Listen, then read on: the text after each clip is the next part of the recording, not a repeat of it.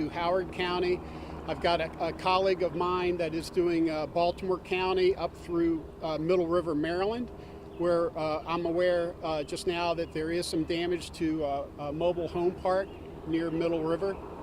And we have another team that's up into north central Maryland, Carroll County, up in that area. And then we've got a fourth team that went west, Loudoun County, and also to the eastern panhandle of West Virginia near Inwood.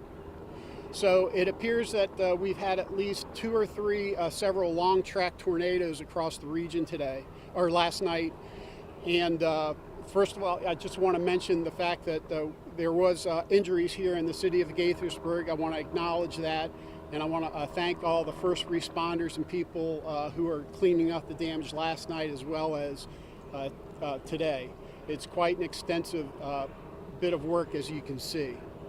So as of right now, from my assessment, and this is all preliminary, we're going to try to get out a notification to the media by 6 p.m. news tonight, where it will be finalized, our preliminary assessment. But I'm seeing winds up to 105 miles per hour in this area, and evidence of a lot of spotty damage. So what happens a lot is these tornadoes will skip through, they'll touch down briefly, they'll pick back up, they'll go 4 or 5 miles, drop down again, and do damage. So the good news is from the best of my knowledge, we've had only 5 injuries, and all 5 of those are very important, of course. But it could have been a lot worse with winds of 105 miles per hour. So with that, I want to turn this over to Chris Burt, Senior Emergency Manager with Montgomery County Department of Health and Human Services. And I'll be able to take questions after Mr. Burt is completed. Good afternoon. My name is Christopher Burt, Bravo, Ulysses, Robert, Tango. I'm the Senior Emergency Manager for Mass Care Operations for the Montgomery County Department of Health and Human Services. I'm here to give you a preliminary update on the mass care efforts from the Department of Health and Human Services for Montgomery County. Right now we're looking at preliminary roughly 5 to 6 homes that have been impacted by this event. Also with that we have reported 5 hospitalizations or 5 residents transported to the hospital. Their status is unknown at this time, but they were transported.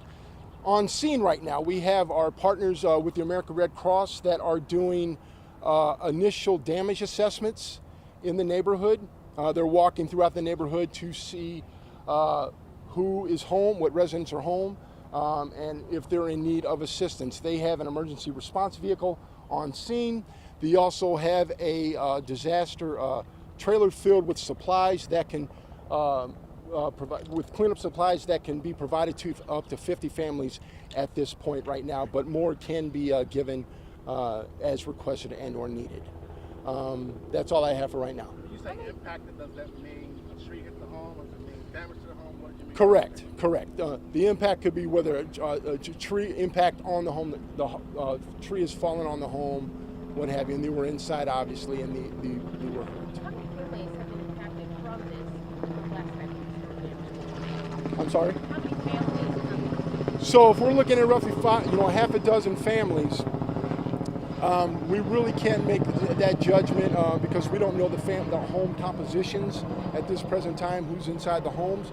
But we can count on, at minimum, 5 families impacted right now. So are you able to speak at all about the alert system? There were some people were saying that they didn't get alerts, Montgomery County alerts out. No, man. I mean, I got alerts, so I really can't speak to those who said they may or may not have gotten it.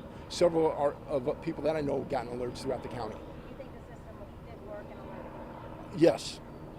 I don't know if this question for either one of you, but how rare is an outbreak of a tornado of this magnitude?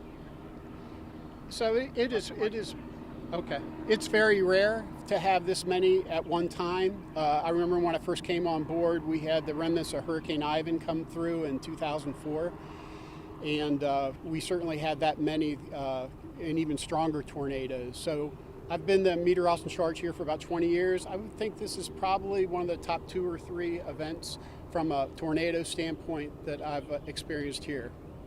And to address the question too about the wireless, the emergency alerts, I have interviewed a couple people now who have gotten confirmation that they received the wireless emergency alerts on their phones before the tornado struck. So the way it works is that the National Weather Service in Sterling, we issue the warning, and then it goes out to the broadcast community, and then also a system is set up where phones are alerted, and people have to opt out of that. And again, I strongly encourage people to check their phones and make sure that they do have their wireless emergency alerts on for weather. How rare is it to have these long tornadoes that we're talking about? I mean, we should look at how massive that is. It wasn't just a little funnel cloud. I mean, this thing is massive. Yes, when I say long track, the way of the science works here is that you'll spin up a tornado, and it will start, and it will just continue to progress. In this case, it started in Leesburg, outside Leesburg, Virginia, and made its way all the way up to northeast of the city of Baltimore. Now, there's not continuous damage along that whole track, but it just will pop down, do some damage, pop back up, and just continue on for a couple hours like it did. And when you saw the video coming in out of Poolsville, you saw there was a large wedge tornado coming through. So when it made its way over here and it weakened, but I mean, that's something that you see in the Midwest or in the plains. Yes, you know, the range of tornadoes we're talking about in this event looks to be either EF0 or EF1. Certainly, that's considered minor on that Fujita enhanced scale, which goes from EF0 to EF5. So again, EF0 and EF1s are considered minor, and I don't want to denigrate any type of damage and injuries that were done, because if a minor tornado does hit, it does have a serious impact. We'll have to see. I'm a little bit doubtful of that, but again, being in the profession for so long, you just have to wait and keep your open mind and just see what's coming in from the field, like we're doing right now with the 4 teams that are across the region. And Yes. when you had said 2 or 3 tornadoes had hit, is that, do you not have enough data to determine whether it was 2 or 3, or is that something that it's difficult to specify? Well, what happens is that we have policy in the Weather Service that we can determine if it's one tornado, which lasts for a long amount of time on the ground, or if it pops up and it doesn't do damage, but is still a funnel cloud, and it might go 4 or 5 miles and go back down, that might be considered 2 tornadoes.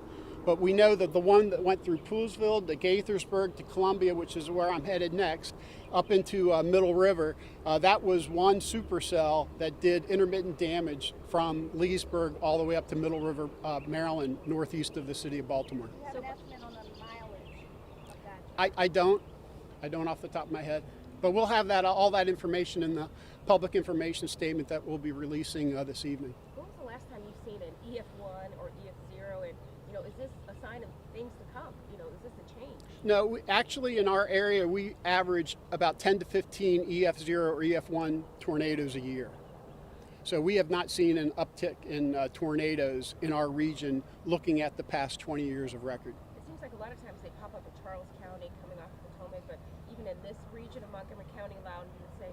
Oh yes, yeah, this whole region, this time of year from essentially April 15th to July 15th is our peak convective season. And you know, we just have to be alert for the wind patterns and, you know, be on top of things from a radar so that we can issue the warnings and get the words out to the public so they can take action. One thing that I do also want to talk about is action. What people should do when they hear a tornado warning or a severe thunderstorm warning. You want to get inside to a sturdy building. That's very, very important. Inside room, preferably a basement, and that's where you ditch for a while until you feel that it's safe. But don't be outside. In an automobile can be dangerous as well. It will protect you from lightning, but it will not protect you from you know, getting rolled over if a bad tornado hits you. And I can give you an example. 2 weeks ago in Nelson County, Virginia, which is just south of Charlottesville, a man perished who was fishing on the James River, He heard our warning and got inside of a car. And from a lightning perspective, he's protected inside of an automobile, but he's not protected from big limbs falling. And that's exactly what happened, and unfortunately we lost a life. So I can't reiterate enough. From the bottom of my heart, I'm a Washingtonian, native Washingtonian, actually a 5th generation Washingtonian. Get inside a building. When you start hearing thunder, go indoors. You want to be protected yourself. So when you talk about 105 miles per hour wind, Yes. how do you describe that? How do people wrap their mind around it? Can you equate that to anything that people can relate to? That kind of force? Nothing comes to mind right now. All I know is it is destructive. It will rip up trees. It will rip siding off. It will blow out windows and garages.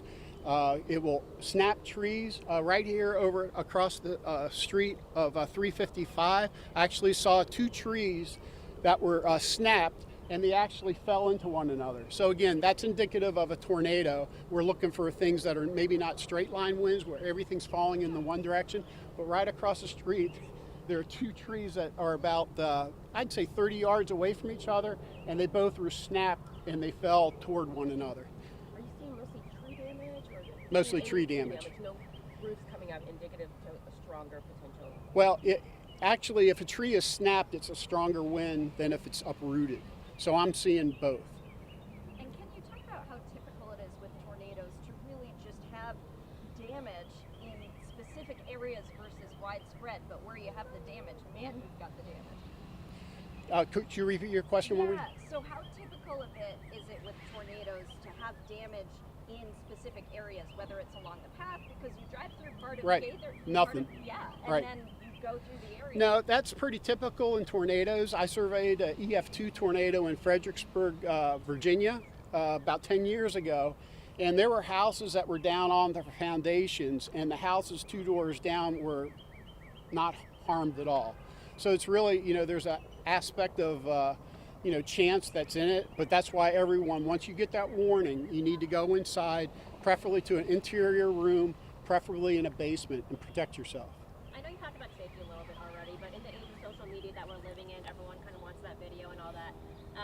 Can you reiterate how important it is to not be a storm chaser if you are not trained to be one, and how important it is to stay safe away from it? Yeah, I mean, I can't recommend enough, and I'll just continue to say it. If you know a storm is approaching, get inside. Okay, that video is not worth taking that video because the debris gets caught up into the funnel, and it will, just stay resident until it, gravity takes over, and it could be falling from the sky. So you could have, sheets of plywood, 2x4s, whatever, hit you.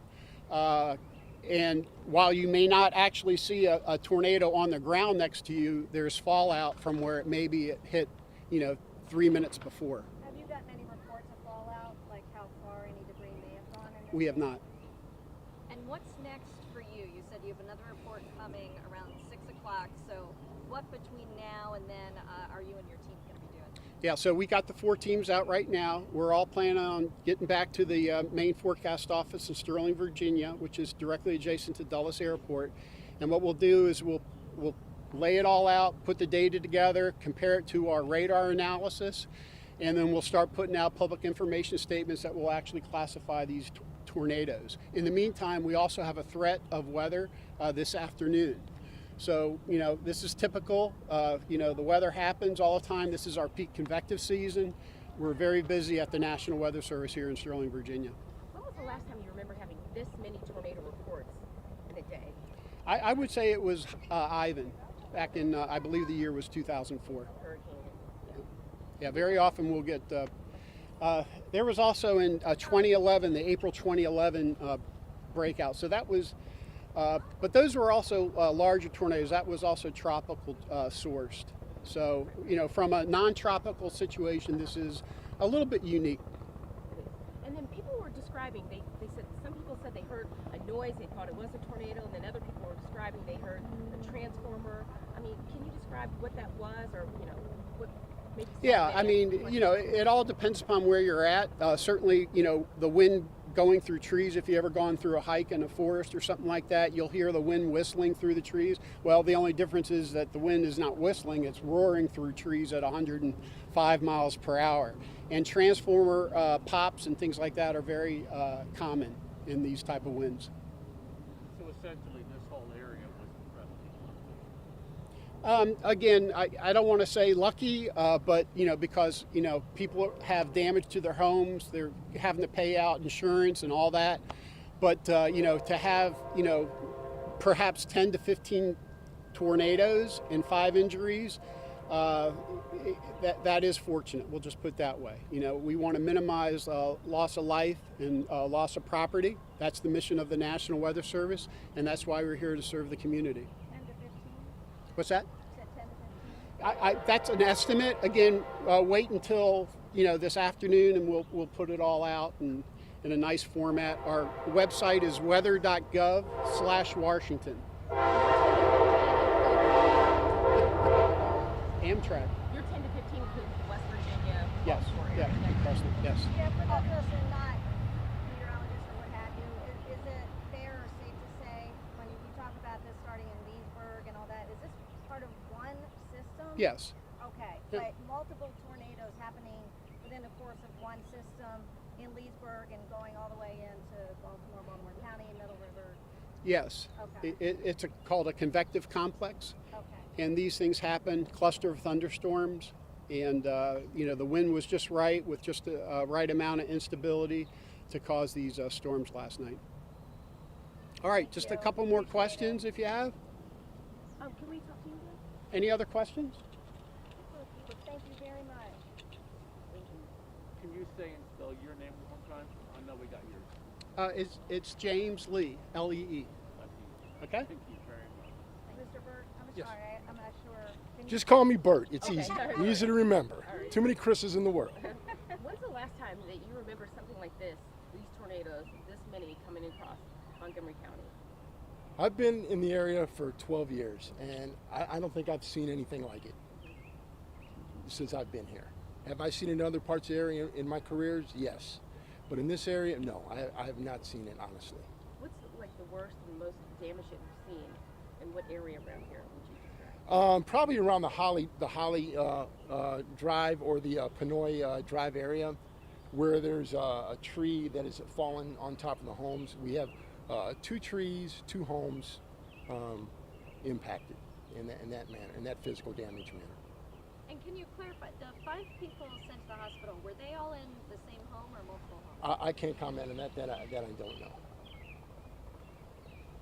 And if I could say one more thing, with Mr. Lee's assessment as far as the weather time frames that we're in, or the times that we're in, this is the perfect time to be prepared in the event for other pending weather systems coming through. Have a go bag. Have a plan in place.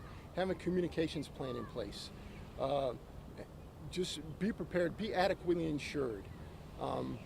Well, to Mr. Lee's point, we never want to see a loss of life or property, but I think as residents, if we take more of a proactive stance in these events as they come, the impact should be less or not as unfortunate as it may be right now. Forgive me for asking this. I'm late. But somebody from the county I heard yesterday say you expected injuries today from debris and that sort of thing. Have you had any reports of that? I apologize. As of what we know, preliminary reports that we've been told that there has been 5 transports to the hospital. I mean, not from the tornado. You mean from the cleanup? Yeah, people from the walking cleanup. around. Someone and from the county that said As far as I know, no. There's a lot of restoration crews on scene. A lot of residents are being proactive in their cleanup. So everybody is pulling together, and there doesn't seem to be any injuries to my knowledge. Any power outages still? Or? Pepco is on scene right now, so they would definitely be the folks that we need to talk to. But from what I see, people still have power. But I would follow up with Pepco. How about cell towers, cell service? It's horrendous in this area, and it usually isn't this bad. do you know if any of those communication towers were impacted in the storm at all? I'll leave that to Mr. Lee. He might be able to tell you, but Yeah. to my Well, knowledge, are you, no. you're not having any issues with No, your ma'am. cell No, ma'am. phone? We're not seeing a ceasing in reception. Oh, Yep. all I'm right. able to You send must not- data back to the office for fine. So. okay. I Can need you to just- take off for a minute. Okay. For if you have any quick questions, I can take them over here. But I really need to get to Howard County. Thank you very much. Oh, I do have. So I was in Silver Spring, and my son and I never got it. And where in Howard County are you from? On you, like, and I know that we get them all the time. Yeah, I got it. A lot of people get. I know they're about 29. Uh, A lot of people got them. yeah, very, very weird.